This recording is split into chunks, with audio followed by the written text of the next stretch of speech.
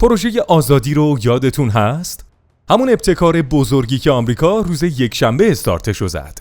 ایده‌ای که قرار بود بحران انسانی حدود 20,000 ملوان گرفتار در خلیج فارس رو برطرف کنه، اونا رو خارج کنه و تنگه هرمز رو دوباره برای جریان آزاد تجارت بین الملل باز نگه داره. بعد هم سه‌شنبه پروژه رو متوقف کرد چون مذاکرات ظاهراً خیلی خوب پیش می‌رفتن. پس در یک بازه تقریباً 5 روزه این ابتکار بزرگ که آمریکا برای اجرای اون از متحدان سراسر جهان درخواست کمک کرده بود، اعلام شد، اجرا شد، توسط فرماندهی مرکزی آمریکا عملیاتی شد و بعد متوقف شد. اما شاید دوباره هم از سر گرفته بشه. در کل که به نظر من این پروژه آزادی یک جوک خنده‌دار از سمت آمریکا بود که البته ایران هم بهش نخندید. سلام به 10 مینت فکت، خوش اومدید. امروز میخوایم ویدیو رو با ارزیابی از سیا شروع کنیم که تازه در واشنگتن پست منتشر شده و درباره این صحبت میکنه که این جنگ ممکنه خیلی طولانی تر از حد انتظار ادامه پیدا کنه. اونا گفتن یک تحلیل محرمانه سیا که این هفته به سیاستگزاران دولت ارائه شده به این نتیجه رسیده که ایران میتونه دست کم 3 تا 4 ماه در برابر محاصره دریایی آمریکا دووم بیاره قبل از اینکه با مشکلات اقتصادی شدیدتری روبرو بشه. نتیجه‌ای که ظاهراً پرسش‌های تازه‌ای درباره خوشبینی رئیس جمهور ترامپ نسبت به پایان جنگ ایجاد می‌کنه. پس خیلی سریع روشن کنیم 3 تا 4 ماه تا رسیدن به مشکلات اقتصادی شدیدتر، نه 3 تا 4 ماه تا سقوط یا سرنگونی یا هر چیز دیگه‌ای. فقط 3 تا 4 ماه تا فشار اقتصادی شدیدتر شه.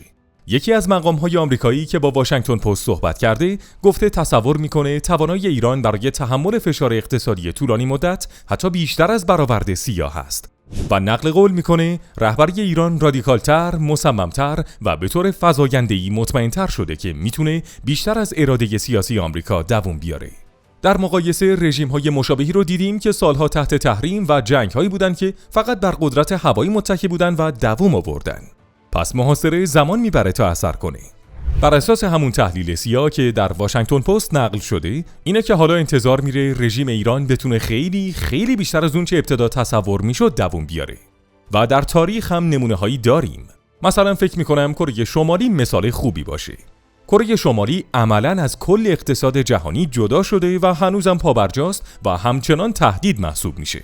بنابراین این ایده که این محاصره بتونه در مدت زمان کوتاهی رژیم ایران رو سرنگون کنه شاید، اما شاید هم نه.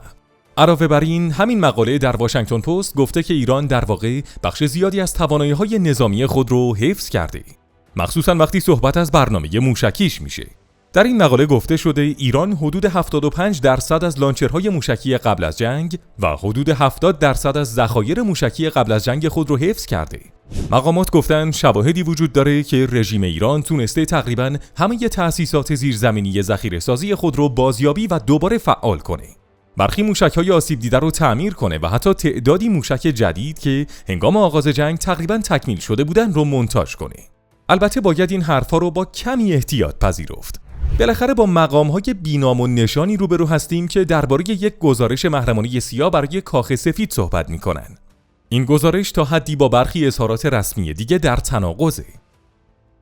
اوایل جنگ آمریکا و اسرائیل خیلی قاطع بودن. فکر می‌کنم در مقاطع مختلف شنیدیم که بیش از نیمی از لانچرها نابود شدن. پس این گزارش کاملاً با اون روایت در تضاده. اما در عین حال این ارزیابی تا حدی بیشتر با چیزی هماهنگه که چند هفته پیش از بالاترین مقام اطلاعاتی پنتاگون شنیدیم. رئیس سازمان اطلاعات دفاعی آمریکا که گفته بود ایران هنوز هزاران موشک در اختیار داره. فکر می‌کنم نگاه کردن به ماجرا از زاویه آیا با عقل جور در میاد یا نه مهمه. و در این مورد وقتی واکنش ایران به مذاکرات رو تا اینجا می‌بینیم، این ارزیابی چندان هم دور از ذهن به نظر نمیاد. شاید پشت پرده و در جلسات غیرعلنی اتفاقات دیگه‌ای در حال وقوع باشه، اما در عرصه عمومی ایران مواضعش رو سفت‌تر کرده. و وقتی به مجموعه کامل خواسته‌هایی که برای پایان دادن به جنگ مطرح شده نگاه کنیم، همه چیز در ظاهر نشون میده ایران حالا بیشتر از قبل از شروع جنگ مطالبه داره. پس یکی از برداشت‌ها میتونه این باشه که ایران هنوز ذراتخانه موشکی قابل توجهی در اختیار داره. و نکته دیگه‌ای که باید موقع بررسی این موضوع در نظر گرفت اینه که ایران تمام این زیرساخت‌ها رو برای همین جنگ ساخته و آماده کرده بود. وقتی آمریکا برای جنگ آماده میشه، مجموعه‌ای از سناریوهای مختلف رو در نظر میگیره و سیستم‌ها، توانایی‌ها، تاکتیک‌ها و روش‌هایی برای طیف گسترده‌ای از احتمالات طراحی میکنه. اما ایران تأسیسات تولید موشک، سایت‌های پرتاب و تمام این زیرساخت‌ها رو دقیقاً با این نگاه ساخته که چه چیزهایی برای بازدارندگی در برابر آمریکا و اسرائیل لازم خواهد بود. پس اینکه بخشی از لانچرهای موشکی هنوز باقی مونده یا اینکه بعضی از تأسیسات زیرزمینی تونستن در برابر بمباران آمریکا مقاومت کنن، احتمالاً چیز عجیبی نیست و حتی باید انتظارش رو داشت. این دقیقاً همون جنگیه که ایران برای سالها براش آماده شده. اما دوباره بریم سراغ پروژه آزادی. این همون برنامه بزرگی بود که آمریکا چند روز پیش راه اندازی کرد و بعد سه‌شنبه متوقفش کرد، چون ظاهراً همه چیز خیلی خوب پیش میرفت. همچنین به نظر میرسه عربستان سعودی و کویت هم به آمریکا گفتن که نه. وال استریت جورنال گزارش داده عربستان سعودی و کویت استفاده ارتش آمریکا از پایگاه‌ها و حریم هوایی خود رو مسدود کردند. بعد از اینکه مقام‌های ارشد آمریکایی حملات ایران در خلیج فارس رو در واکنش به عملیات پروژه آزادی رو کم اهمیت جلوه دادن. کشورهای خلیج فارس نگران بودند که آمریکا در صورت تشدید درگیری‌ها از اونا محافظت نکنه. در ادامه گفته شده عربستان زمانی نگران شد که آمریکا ظاهراً قصد نداشت به حملات بعدی واکنش قاطع نشون بده. مخصوصاً بعد از اینکه رئیس ستاد مشترک ارتش ژنرال کین حملات ایران به کشتی‌ها و امارات رو مزاحمت در سطح پایین توصیف کرد و مقام‌های آمریکایی هم تأکید کردند که آتش‌بس همچنان برقراره. ایران حملات واقعی و مستقیم علیه چندین کشتی در تنگه هرمز انجام داد. بعد هم به امارات حمله کرد، به تأسیسات نفتی فجیره در ساحل شرقی امارات. و در همون زمان آمریکا میگفت به نظر ما آتش‌بس هنوز برقراره، از دید ما آتش‌بس همچنان معتبره. در واقع انگار یک آتش‌بس یک طرفه است. عربستان اینطوری بهش نگاه میکنه که ایران هر چی میخواد شلیک میکنه و آمریکا هم واکنشی نشون نمیده. به نظر میرسه متحدان خلیج فارس و آمریکا همگی همین برداشت رو داشتن. حداقل عربستان و کویت ظاهراً گفتن نه، ما وارد این ماجرا نمیشیم چون قرار مدام هدف حملات ایران قرار بگیریم، در حالی که آمریکا یه گوشه نشسته و ادعای پیروزی میکنه. و این همون چیزیه که در این گزارش مطرح میشه. طبق گزارش‌ها این کشورها احساس میکردن آمریکا بیش از حد روی رسیدن به توافق متمرکز شده. توافق به هر قیمتی، در حالی که خود اونا قرار بود در کوتاه مدت و بلند مدت زیر بار پهپادها و موشک‌های ایران برن. بنابراین عربستان و کویت وارد عمل شدن و گفتن خیلی خوب، دیگه نمیتونید از خاک ما پرواز کنید و نمیتونید از حریم هوایی ما برای اجرای این مأموریت‌ها استفاده کنید و همین موضوع باعث شد دولت آمریکا پروژه آزادی رو موقتاً متوقف کنه.